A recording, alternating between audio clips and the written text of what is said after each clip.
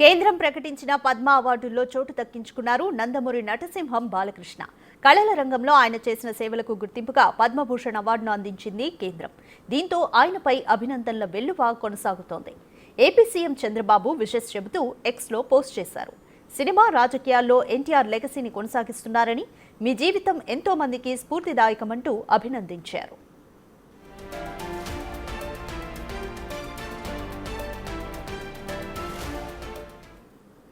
ఇక బాబాయ్కి అవార్డు రావడంపై అబ్బాయిలు కూడా స్పందించారు.